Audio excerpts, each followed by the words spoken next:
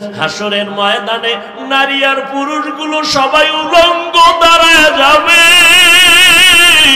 হাসরের ময়দানে সব নারী পুরুষ উলঙ্গ এমন হালাতে দাঁড়াবে। আম্মা জান আয়েশা বলছিলেন, নবী কেউ কি লজ্জা পাবে না? নবী আপনিই জবাব দিছিলেন যে কিয়ামতের ময়দানটা এত কঠিন হয়ে যাবে যে কেউ কারো দিকে একটা নজর দিয়ে তাকাবার হুঁশ হবে না। কেন? একদিকে সূর্যটা নিচে এসে পড়বে, সূর্যের গরমে মাটির জমিনটা পুড়িয়া তামা হয়ে যাবে। অন্যদিকে জাহান্নামের চিৎকারের আওয়াজ, জাহান্নাম চিল্লায় বলবে, আল্লাহ বেনামাজি গুলো কই, গুনাহগার গুলো আমার পেটে দাও। অন্যদিকে আমার আল্লাহ রাগান্বিত আওয়াজ দিবেন, আল্লাহ রাগ হয়ে আওয়াজ দিতে থাকবেন। আল্লাহ সেদিন কঠিন আওয়াজ দিবেন, কুদরতি আওয়াজ। আল্লাহ তাআলার আওয়াজ হবে, লিমানিল মুলকুল ইয়াউম লিল্লাহিল ওয়াহিদিল কাহ্হার। আমার আল্লাহ পাকের রাগান্বিত কুদরতি আওয়াজ এত ভয়ঙ্কর হবে, হাসরের ময়দানটা থরথর করে কেঁপে উঠবে। ওই সময় মানুষগুলো কান্না করে করে পাগলের মতো হয়ে যাবে। আবু বকর বলেন, ইয়া রাসূলুল্লাহ, আপনিই বলেছেন হাসরের মাঠের ভয়ঙ্কর হালাত দেখে নবীরা পর্যন্ত যাদের গুনাহ নাই তারাও কান্না করে করে বেকারার হয়ে যাবেন। ওই ভয়ে আমি নামাজের মধ্যে যখন কান্না শুরু করেছি, আমার আওয়াজটা বেড়ে গেছে, আমি কখনোই বুঝতে পারি নাই। কারণ আমি ছিলাম জমিনে নামাজে দাঁড়ানো, কিন্তু আমার কলবের কানেকশন হয়ে গেছে আমার মালিকের সাথে। আমি কোথায় আছি তাও জানি না, আমার কান্নার অবস্থাও আমি বুঝতে পারি নাই, আমার হালাতটা ভিন্ন হয়ে গেছে। আমার আল্লাহর মোহাব্বতের কান্নার আওয়াজ, আপনার ঘুম ভেঙে গেছে, আমি বুঝতে পারি নাই। নবী আমাকে মাফ করে দেন। ওই হাসরের ময়দানে নবীরা যদি কান্না করেন, আমি আবু বকরের কি উপায় হবে? আল্লাহ যদি ডাকে, আবু বকর আয়, আমার মুহাব্বতের জন্য কি আমল নিয়ে আসছো? আমি যদি আল্লাহর কাছে ভালো আমল নিয়ে যাইতে না পারি, আল্লাহ রাগান্বিত হয়ে তো জাহান্নামের অর্ডার দিয়ে দিবেন, জাহান্নামের হ্যান্ডকাপ আমার হাতে লেগে যাবে। ইয়া রাসূলুল্লাহ, দুনিয়াতে আমি দুর্বল মানুষ, সূর্যের গরম সহ্য করতে পারি না, একটা মশার কামড় সইতে পারি না, একটা বেতের বাড়ি সহ্য করতে পারি না। গুনাহগার হইয়া যদি আল্লাহর আদালতে দাঁড়াই, আল্লাহ যদি রাগান্বিত হইয়া জাহান্নামের অর্ডার দিয়াই দেয়, জাহান্নামের হ্যান্ডকাপ যদি লেগে যায়, একটা সেকেন্ডের গরম আমি সহ্য করতে পারবো না রে আল্লাহর নবী। এই কারণে আমি নামাজে দাঁড়ায় দাঁড়ায় আমি আযাবের ভয়ে কান্না করি। আল্লাহ তাআলা কোরআনে বলেন, ওয়া আম্মা মান খাফা মাকামা রাব্বিহি ওয়া নাহান নাফসা আনিল হাওয়া ফা ইন্নাল জান্নাতা হিয়াল মাওয়া। আল্লাহর আদালতে দাঁড়াইয়া হিসাব দেওয়ার ভয়। আল্লাহর যে কোনো বান্দা বান্দি দুনিয়াতেই গুনাহ থেকে নিজেকে বাঁচাইয়া চলবে, আল্লাহ ওয়াদা করেন আমি তাকে বিনা হিসাবে জান্নাতের মেহমান বানায় দিব। হারকে দারাত খৌফে হকদার দিল মাদাগম জান্নাতুল মাওয়া দেহত উরা মাকাম। या इलाही मुझसे मुझको दूर कर, ताके देखो मुझ में तुझको एक नजर। या इलाही तू मेरा माबूद है, या इलाही तू मेरा माशूक है। এই ধানু থানবীকে এগ্রিকালচারের এক অফিসার জিগা, এই হুজুর আপনারা কি কাম কইরা খান? তো থানবী তো পৃথিবীর শ্রেষ্ঠ বুদ্ধি লয়ে চলে। আপনি কি কাম করে খান? আমি তো এগ্রিকালচারের অফিসার। আপনার কাম কি? আমি দেশি আমেরে ল্যাংরা আম বানাই। কলম বান্ধে না, আমি তো এই কাম করেই খাই। থানবী খায় আমিও কি? আপনি আমের কাম করেন না? তুমি যেমন দেশি আমের ল্যাংরা আম বানাও, কলম বান্ধাও, আমরাও আম মানুষগুলোরে রুহানিয়াতের কলম বান্ধাইয়া আমরা আখিরাতের পাগল বানাই।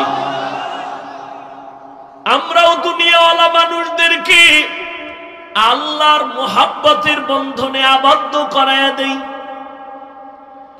মানুষ যেন বুঝে ওর মালিককে, ওরে কে বানাইছে, ওরে কে খাওয়ায়, এই পরিচয়টা দিয়ে যেন মানুষ আসল মালিকের চিনতে পারে। আসল মালিকের সাথে সম্পর্ক তৈরি করায় দেওয়াই আমাদের কাজ, আর কোনো কাজ নাই। সাধারণ মানুষ যেন আমার মালিকের চিনতে পারে। মালিকের সাথে সম্পর্ক যখন হয়ে যাবে, তখন বান্দা খানার চিন্তা করবে না, ঘুমের চিন্তা করবে না। ওই বান্দা তখন আমার মালিকের মোহাব্বতের মধ্যে এমন ভাবে ডুব দিবে, বান্দার ধ্যানে খেয়ালে শুধু আমার মালিক, আমার মালিক, আমার মালিক। ধ্যান ও খেয়ালে করতে করতে এমন একটা হালাত তার মধ্যে তৈরি হয়ে যাবে, যেমন একটা মানুষ পানির মধ্যে যখন ডুব দেয়, তার চতুর্দিকে পানি আর পানি, ডানে পানি, বামে পানি, উপরে নিচে পানি আর পানি, পশমের গোড়ায় গোড়ায় পানি। ঠিক যেই বান্দা আল্লাহর মোহাব্বতের মোরাকাবা করবে, ধ্যান আর খেয়াল করবে আমার মালিক, আসমানের মালিক যিনি, তিনি আমার মালিক, জমিন বানানেওয়ালা মালিক যিনি আমার মালিক। ধ্যান ও খেয়াল এমন ভাবে করতে করতে করতে করতে করতে করতে এমন একটা হালাত তার মধ্যে চলে আসবে, বান্দা তখন এমন ভাবে চলবে যে ডানে তাকাইবে আল্লাহ, বামে তাকাবে আল্লাহ, ডানে বামে সামনে পেছনে শুধু আমার আল্লাহর মোহাব্বতের ঘ্রাণ। তেরা আয়না आलू में रंग बूहे जिधर दिखता हो उधर तू ही तू है। अल्लाह रे चिनो ना, कोई खुजो अल्लाह रे। रसूलपुरेर जमीने गेले अल्लाह पाওয়া যায়, চরমনাইয়ের ময়দানে গেলে আল্লাহ পাওয়া যায়। এই ময়দানটি হারানো ক্যাম্প। কি ক্যাম্প? আমি কথা কোন কি ক্যাম্প? হারানো ক্যাম্প মানে এখানে আইলি হারায় যায় না, হারানো জিনিস পাওয়া যায়। ছেলেরে হারায় গেছে, কয় এই হারানো ক্যাম্পে যাও। হাজিরা হজে যায়, বারবার পুলিশ বলে এই বাচ্চা কাচ্চা ঠিক মতো ধৈর্য রাখো, হারায় গেলে ক্যাম্প আছে, এত নাম্বার ক্যাম্পে গিয়ে হারানো সন্তান খুঁজে নাও। আল্লাহওয়ালাদের এই মজলিসগুলো হারানো ক্যাম্প। যারা আমার মালিকের হারাইছো, যারা আখিরাতের হারাইছো, আসো আল্লাহওয়ালাদের এই মজলিসে যদি বসো, দেখবা একদিন, দুই দিন, তিন দিন মাওলারে ডাকতে ডাকতে দেখবা আমার মালিক তোমার ডাকে সাড়া দিবে। মালিকের প্রতি একটা মায়া জন্মায় যাবে। এই হারানো ক্যাম্পে এসে আমার মালিকের তালাশ করো, আল্লাহর সাথে একটা সম্পর্ক তৈরি করো। আল্লাহর সম্পর্কটা তৈরি করার জন্য আল্লাহই পরামর্শ দেন, কুনু মা'আস সাদিকিন। আমার প্রিয় বান্দা যারা, তাদের নজর লাগাও, আমার মোহাব্বতের নজর। তবে আমি আল্লাহর ভয় অন্তরে জমা করো।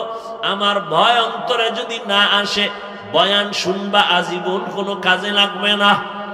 আরে আল্লাহর ভয় অন্তরে যদি জমাইতে না পারো, আমি হাফিজুর রহমান কেন, রসুলপুরি রহমাতুল্লাহ আলাই কেন, বর্তমানে যারা তারা কেন, চরমনাই কেন, উজানি কেন, স্বয়ং রসুলও যদি বয়ান করে কপাল পোড়ার হেদায়েতের দরজা খুলে না।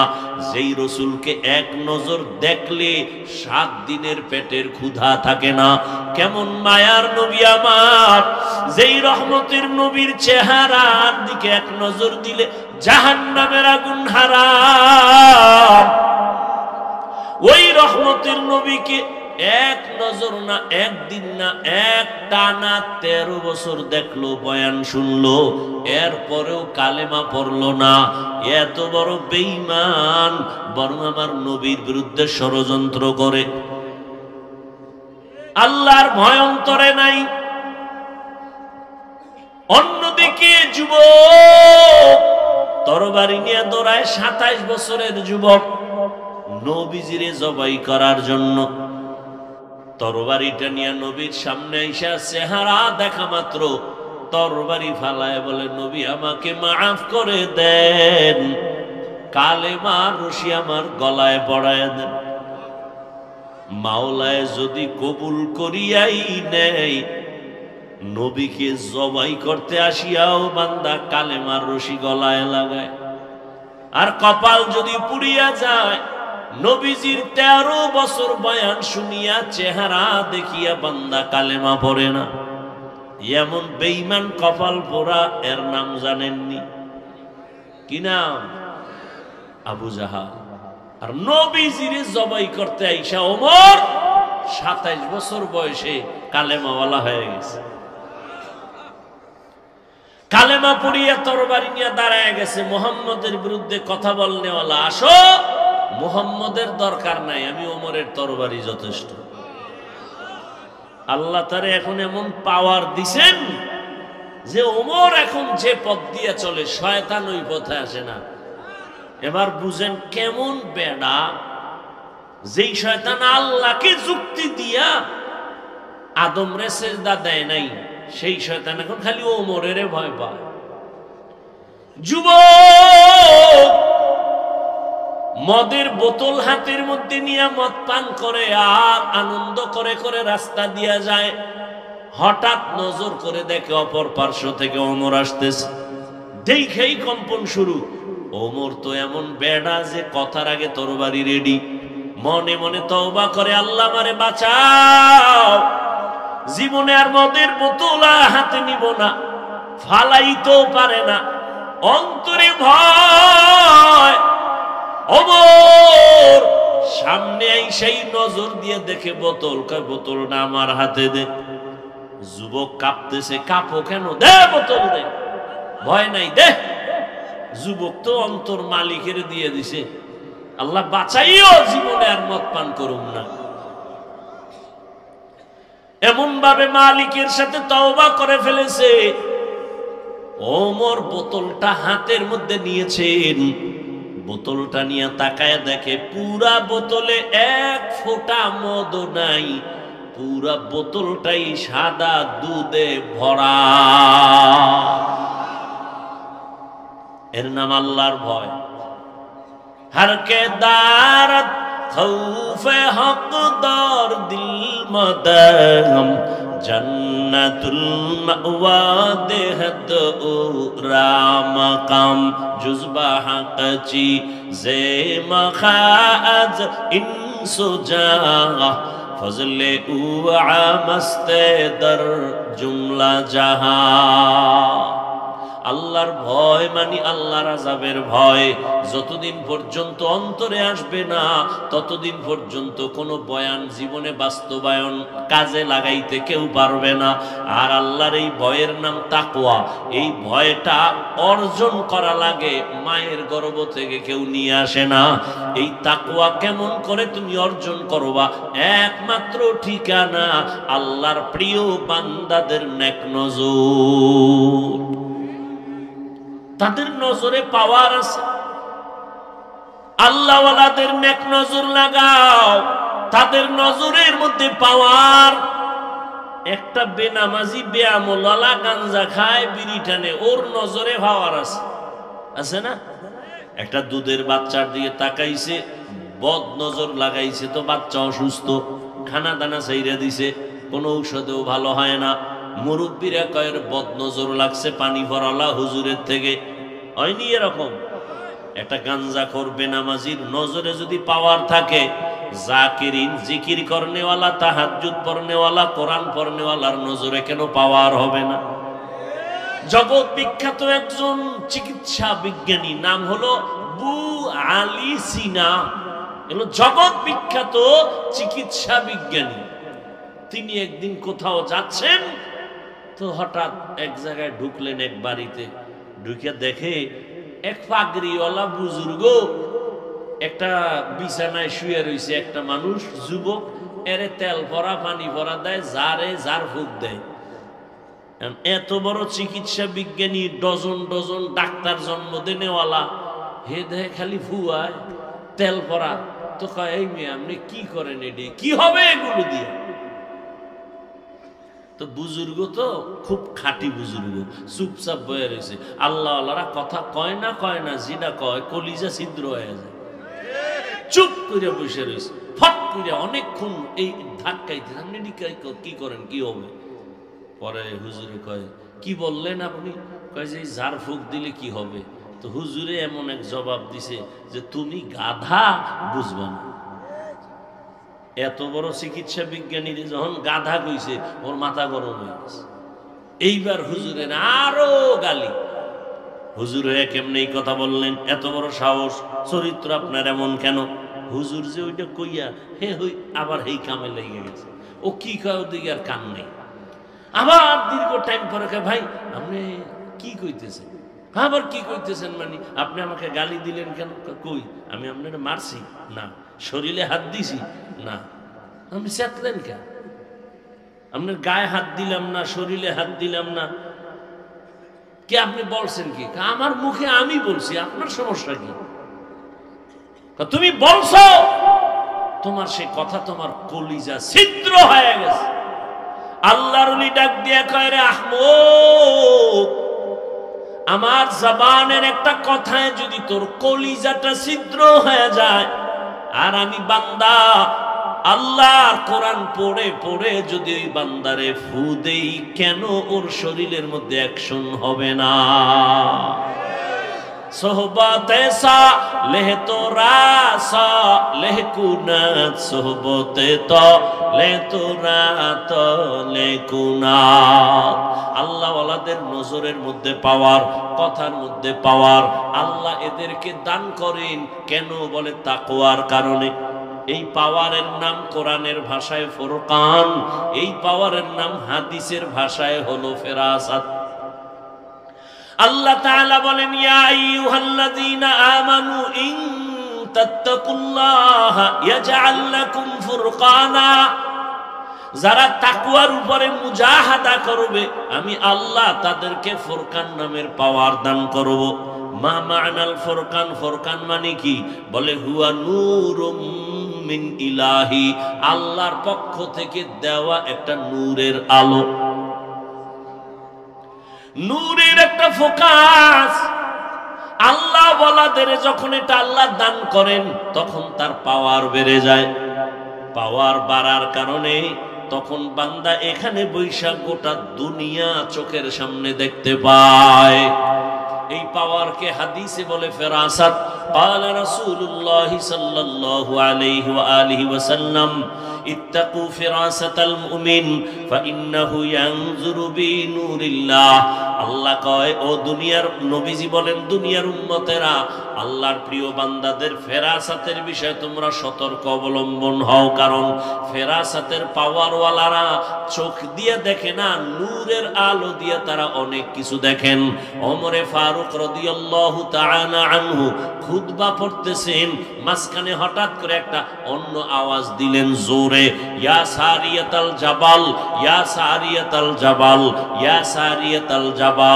এই সারিয়া, পাহাড় পাহাড় পাহাড়। ওমরের আওয়াজটা যেখানে দিছে, এখান থেকে সারিয়া কোথায়? বলে 2000 কিলোমিটার দূরে ইরানে যুদ্ধ করে। কত দূর? 2000 কিলোমিটার। সারিয়াকে জিজ্ঞাসা করা হলো, সারিয়া ওমরের আওয়াজটা শুনছুনি? বলে কাছে বৈশা বললে যেমন শোনা যায় এমনই শুনেছি। এটা কি সবাই পাবে? এই পাওয়ার আল্লাহ তাদেরকে দেন যারা আল্লাহর প্রিয় বান্দা, তাকওয়ার উপরে মুজাহাদা করে। এই জন্য আল্লাহ ওয়ালাদের নজর লাগলেই কলবে পাওয়ার বেড়ে যায়। আল্লাহ ওয়ালাদেরকে আল্লাহ দান করেন এই পাওয়ার। কোন বেনামাজিকে আল্লাহ দিবেন না, সুদখোরকে দিবেন না, ঘুষখোরকে দিবেন না, বেপরদাওয়ালাকে দিবেন না, আল্লাহ তাকওয়াওয়ালাকে দিবেন। এখন আমি যদি জিজ্ঞাসা করি আপনাদের, আপনারা সবাই তাকওয়াওয়ালা নি, আল্লাহরে ভয় করেননি? সবাই বলবে হ্যাঁ আমরা ভয় করি। অথচ সুন্নত অনুযায়ী সবাই চলে না, নামাজ ঠিক মতো পড়ে না। আসলে আল্লাহর ভয় কি এটাই বুঝি না।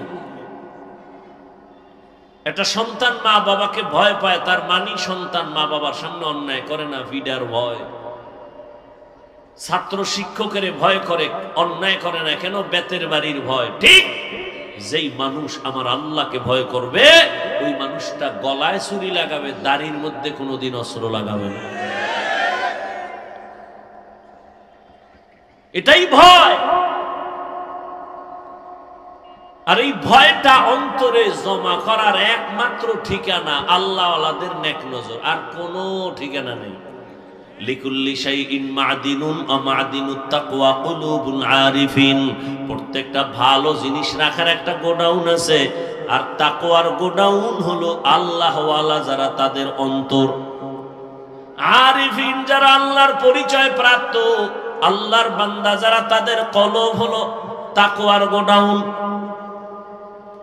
তাদের নেক নজর লাগাইয়া বান্দা যখন আল্লাহর মোহাব্বতের দিকে আগাবে, তখন বান্দার ভেতরে আল্লাহ পাক জমিনের মধ্যে থাকবে, কিন্তু তার হালাত হবে ভিন্ন রকম। ওই বান্দার তখন সম্পর্ক আমার মালিকের সাথে গভীর হয়ে যাবে। এজন্য আল্লাহ পাক রব্বুল আলামিন বলে, আমার প্রিয় গোলাম যারা সাদিকিন, তাদের বন্ধু হইয়া চলো। যখন তুমি আল্লাহর ওলিদের বন্ধু হইয়া চলবা, তখন তোমার জমিনে থাকলেও কালেকশন জমিনের সাথে থাকবে না, তোমার কলবের কালেকশন হবে আরশে আজিম।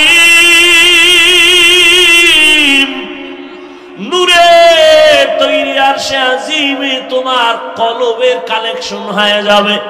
বান্দা বসে থাকবে জমিনে, কিন্তু তার কলবের কালেকশন থাকবে আরশে আজিমে। ওই বান্দা তখন আমার মাওলার মোহাব্বতের পর্দায় আটকায় যাবে। ওই বান্দা খানাও খাবে ঠিক, ঘুমাইবেও ঠিক, তবে তার খানা ঘুমানো সব হবে আমার আল্লাহর জন্য। ইন্না সালাতি ওয়া নুসুকি ওয়া মাহইয়ায়া ওয়া মামাতি লিল্লাহ ওয়া মামাতি লিল্লাহি রাব্বিল আলামিন। আল্লাহর মোহাব্বত আর যখন ভয় অন্তরে আসবে, রাসূলের হাতে গড়া সাহাবী আবু বকর কত বড় আল্লাহর প্রিয় গোলাম। নবীজি নাই, আবু বকর এখন দেশ পরিচালনা করেন। স্ত্রী একদিন বলেন, ও খলিফাতুল মুসলিমিন, আমার মনে একটু শখ লাগছে, আমি মিষ্টি খাবো। আবু বকর পুরো ক্ষমতায়, বিবিও তো যেমন তেমন বিবি, কয় আমার মনে চায় একটু মিষ্টি খাবো। আবু বকর ডাক দিয়ে কয়, হে বিবি, মিষ্টি খাওয়ানোর মতো টাকা আমার হাতে নেই। বিবি চুপ হয়ে গেলেন। কিছুদিন পর আবার কিছু টাকা বিবি হাতে নিয়ে বলে, আপনার কাছে টাকা নাই, ঠিক আছে মেনে নিলাম, আমি কিছু আলাদা টাকা দিলাম, নেন, এই টাকা দিয়া মিষ্টি এনে আমাকে দেন। আবু বকর কয়, টাকা পাইছো কই? আপনি যে মাসে মাসে সরকারি অর্থ মন্ত্রণালয় থেকে বেতন নেন না, ওই বেতন থেকে অল্প অল্প জমাইয়া কিছু টাকা রেডি করছে। এবার আবু বকর বলে, তাহলে তো বুঝলাম যে এই টাকাগুলো না হইলেও আমার সংসার চলে। ঠিক আছে, তো আগামী মাস থেকে আমি বেতন নিব, তবে এই টাকা কমাইয়া কমাইয়া বেতন নিব। এর নাম তাকওয়া। हर के दार खौफे हकदार दिल मदाम जन्नतुल मावा देहद औरा माकाम। মসজিদে নববী এখন তো বিশাল গম্বুজ, তখন তো খেজুর পাতার ঘর, পার্শ্বে রহমতের নবীর ঘর। আম্মাজান আয়েশা রাদিয়াল্লাহু আনহা সেই ঘরের মধ্যে রহমতের নবী বলেন, আমি এশার নামাজ পড়ে কারো সাথে গল্প করি না, কথা বলি না। আমার অভ্যাস, আমি এশা পড়িয়াই ঘুমাইয়া যাই। আবার আমি গভীর ঘুমে যাওয়া এক জিনিস, তবে আমি যতই ঘুমাই আমার চোখ বন্ধ থাকে, আমার অন্তর কখনো ঘুমায় না। আমি আয়েশার হুজুরায় ঘুমাই, হঠাৎ এর মধ্যে কানে আওয়াজ আসতেছে, কে জানো মসজিদের মধ্যে কাঁদতেছে। কান্নার আওয়াজ, আমার ঘুম ভেঙে গেল। আমি আস্তে করে সজাগ হইয়া এবার বিছানা থেকে বের হইয়া আমি বাইরে আইসা তাকাইয়া দেখি আমার ঘুমটা ভেঙ্গে দিল এমন কোন বান্দা গভীর রাতে কান্না করে। আমি মসজিদের মধ্যে নজর করে দেখি, ওই মসজিদে আমার সাহাবী আবু বকর দাঁড়ায়া দাঁড়ায় নামাজ পড়ে আর কান্না করে। আমি রহমতের নবী দাঁড়াই রইলাম। নামাজ শেষ, আমি আবু বকরকে সালাম দিলাম, ও আবু বকর, এই গভীর রাতে আপনি নামাজে দাঁড়ায় এত জোরে জোরে কেন কান্না করলেন? আবু বকর বলেন, ইয়া রাসূলুল্লাহ, আমাকে মাফ করে দেন, আমি বুঝতে পারি নাই যে আমার কান্নায় আপনার ঘুম ভেঙে যাবে। আমার বোধহয় বেয়াদবি হয়ে গেছে, আমি জোরে কান্না করতে চাই নাই। নবী বলেন, আপনি কাঁদলেন কেন? আবু বকর বলেন, ইয়া রাসূলুল্লাহ, নামাজের ভিতরে আল্লাহর কোরআনের তেলাওয়াত যখন শুরু করলাম, ওরে হাসরের ময়দানের ধ্যান খেয়াল আমার অন্তরে চলে আসছে। ওই হাসরের ময়দানে আমার মালিকের আদালত বড় কঠিন। ওই ভয় আমার অন্তরে যখন আসছে, আমি মালিকের আদালতে কেমনে দাঁড়াইয়া জবাব দিব, এই ভয়ে আমার কান্না হইতে হইতে এক পর্যায়ে জোরে আওয়াজ হয়ে গেছে।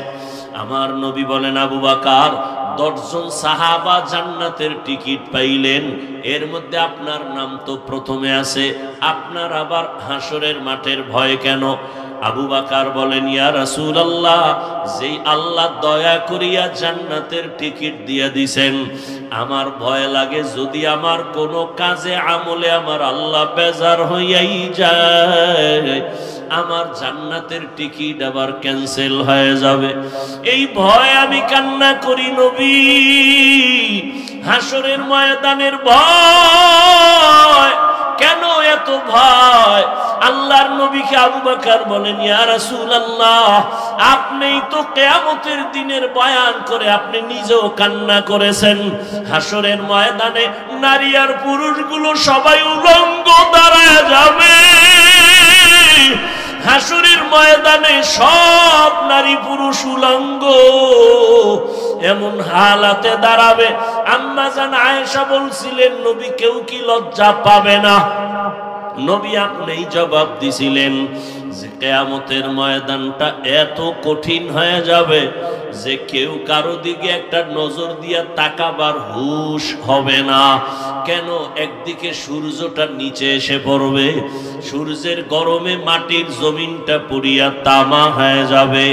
অন্যদিকে জাহান্নামের চিৎকারের আওয়াজ, জাহান্নাম চিল্লায় বলবে, আল্লাহ বেনামাজি গুলো কই, গুনাহগার গুলো আমার পেটে দাও।